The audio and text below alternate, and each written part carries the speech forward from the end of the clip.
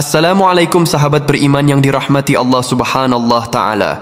Jumpa lagi di channel Kopiah Muslim. Dan buat yang nonton video ini, saya doakan sahabat beriman semua mudah-mudahan selalu diberikan kesehatan, dilapangkan rezekinya, dan diberikan umur yang panjang oleh Allah Subhanahu Ta'ala, dan dimudahkan segala urusannya. Amin ya Rabbal Alamin.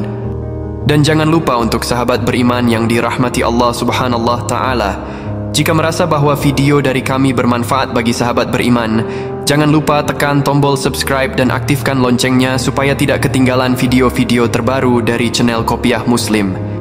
Di kesempatan kali ini kami akan membahas tentang dosa-dosa besar yang tidak akan pernah mendapatkan ampunan dari Allah Subhanahu Ta'ala. Pernahkah kamu merasa begitu bersalah hingga berpikir bahwa Tuhan tidak akan pernah mengampuninya? Konsep dosa besar yang tidak terampuni seringkali membuat kita merasa terjebak dalam lingkaran penyesalan. Apakah iya ada dosa yang tidak bisa diampuni? Mari kita telusuri sejarah dan berbagai perspektif tentang dosa besar. Allah Subhanahu Ta'ala Maha Penyayang dan Maha Pengampun, tetapi ada 7 dosa besar yang tidak diampuni dosanya jika melakukannya. Dalam ajaran Islam ada beberapa dosa besar yang dianggap tidak akan diampuni oleh Allah. Rasulullah SAW bersabda, yang artinya, jauhilah 7 dosa yang merusak. Sahabat Rasulullah bertanya, Rasulullah, apa saja dosa-dosa tersebut?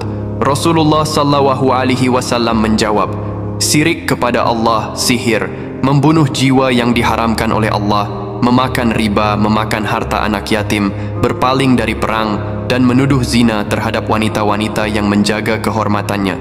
Hadis riwayat Bukhari. Langsung saja kita ke pembahasannya. Yang pertama, dosa-dosa besar yang dibenci Allah Subhanahu Ta'ala, yaitu anak durhaka kepada kedua orang tuanya.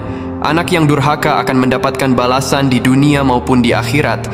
Dosa-dosa bagi anak durhaka tidak akan mendapatkan ampunan dari Allah Subhanahu Ta'ala.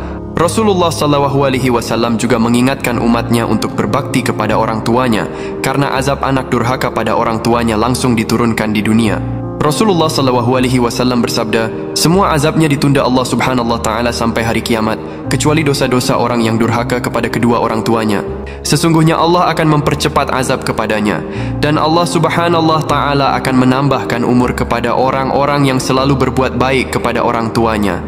Bahkan Allah akan menambah kebaikan kepada siapa saja yang berbuat baik kepada kedua orang tuanya, serta memberi nafkah kepada mereka jika diperlukan. Hadis riwayat Ibnu Majah. Yang nomor 2 yaitu syirik. Syirik adalah menyekutu kepada Allah ataupun menyembah selain kepada Allah. Contoh menyembah patung, batu, bulan, pohon, atau yang lainnya selain kepada Allah.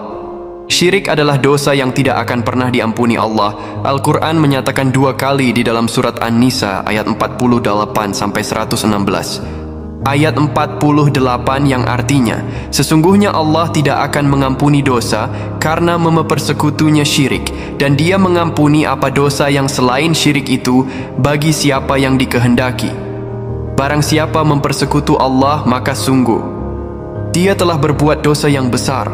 Al-Quran surat An-Nisa ayat 48. Dan dalam ayat 116 yang artinya, Allah tidak akan mengampuni dosa syirik mempersekutu Allah dengan sesuatu, dan Dia mengampuni dosa selain itu bagi siapa yang Dia kehendaki. Dan barang siapa mempersekutu sesuatu dengan Allah, maka sungguh dia tersesat jauh sekali. Quran surat An-Nisa ayat 116. Itulah yang sudah dijelaskan dalam Al-Quran tentang dosa-dosa orang yang melakukan syirik kepada Allah. Yang nomor 3 yaitu membunuh sesama manusia. Merenggut nyawa seseorang dengan sengaja karena alasan dendam, iri hati, fitnah, atau yang lainnya. Siapapun melakukan hal tersebut itu dilarang pemerintah ataupun agama. Barang siapa melakukan sesuatu dengan membunuh seseorang akan mendapatkan hukuman di dunia maupun di akhirat, dan di akhirat kelak ia akan dimasukkan ke dalam neraka jahanam.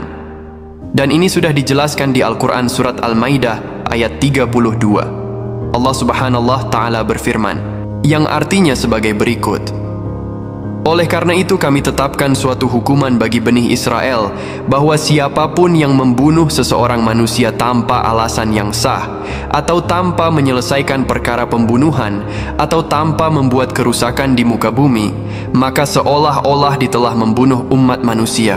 Dan siapapun yang melihara kehidupan seorang manusia, maka seolah-olah dia telah memelihara semua kehidupan. Sesungguhnya Rasul-Rasul kami telah datang kepada mereka dengan membawa keterangan-keterangan yang jelas, namun banyak di antara mereka sungguh-sungguh melampaui batas dalam berbuat kerusakan di muka bumi. Al-Quran Surat Al-Maidah ayat 32. Sahabat beriman, yang nomor 4 yaitu sihir. Sihir diharamkan di agama Islam, dianggap dosa besar yang merupakan kesyirikan. Sihir adalah perbuatan yang menggunakan kekuatan ajaib untuk mencelakai seseorang. Sihir dapat menimbulkan dampak seperti sakit, kematian, kebencian, perselingkuhan, bahkan penceraian. Dalam Al-Quran Surat Al-Baqarah ayat 102 yang artinya, mereka mengikuti apa yang dibacakan oleh setan-setan pada masa pemerintahan Sulaiman. Sulaiman tidaklah kafir, tetapi setan-setan itulah yang kafir.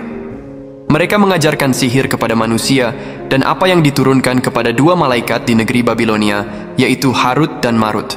Keduanya tidak mengajarkan sesuatu kepada seseorang tanpa mengatakan, "Kami hanyalah cobaan bagimu. Oleh karena itu, janganlah kafir." Mereka mempelajari dari keduanya apa yang dapat memisahkan seorang suami dari istrinya.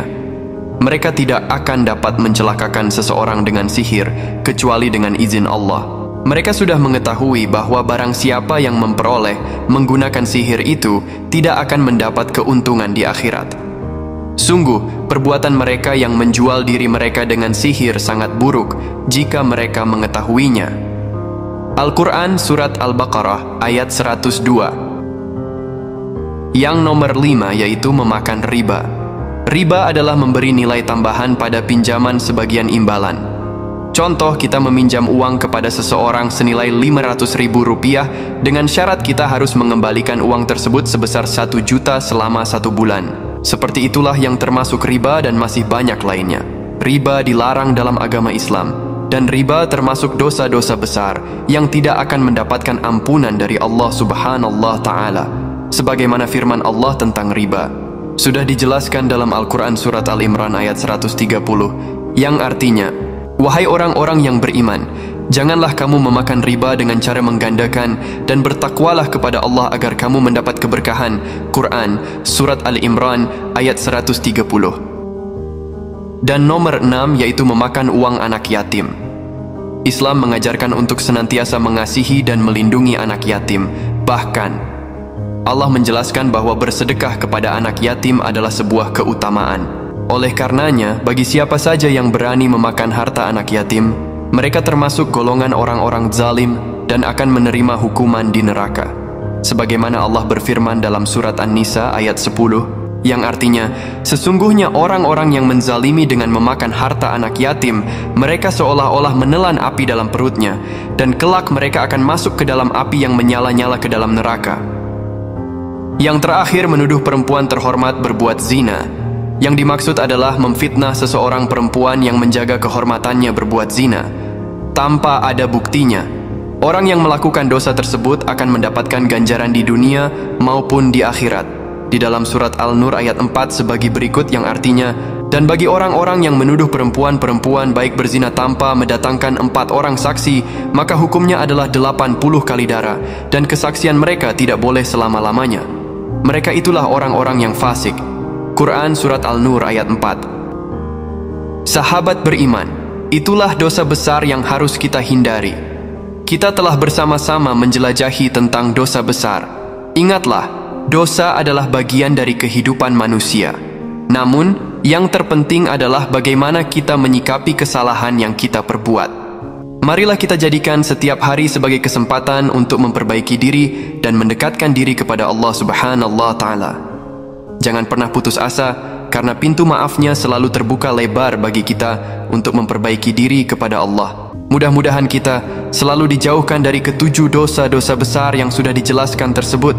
Mudah-mudahan kita semua selalu senantiasa berada di jalan yang dirahmati Allah dan selalu dapat perlindungan dari Allah Subhanahu wa Ta'ala. Amin ya Rabbal Alamin. Demikian beberapa hal yang dapat kami sampaikan. Semoga apa yang disampaikan tadi dapat memberi manfaat dan kebaikan bagi kita semua. Tentunya kesempurnaan hanya milik Allah semata. Karena itu kami memohon maaf atas ucapan, penulisan teks dan tindakan yang tidak mengenakan bagi para pendengar. Dan apabila video dari kami bermanfaat bagi sahabat beriman, jangan lupa like, subscribe, dan aktifkan loncengnya supaya tidak ketinggalan video-video terbaru dari channel Kopiah Muslim. Dan kami akhiri wabillah wal taufiq wal hidayah. Assalamualaikum warahmatullahi wabarakatuh.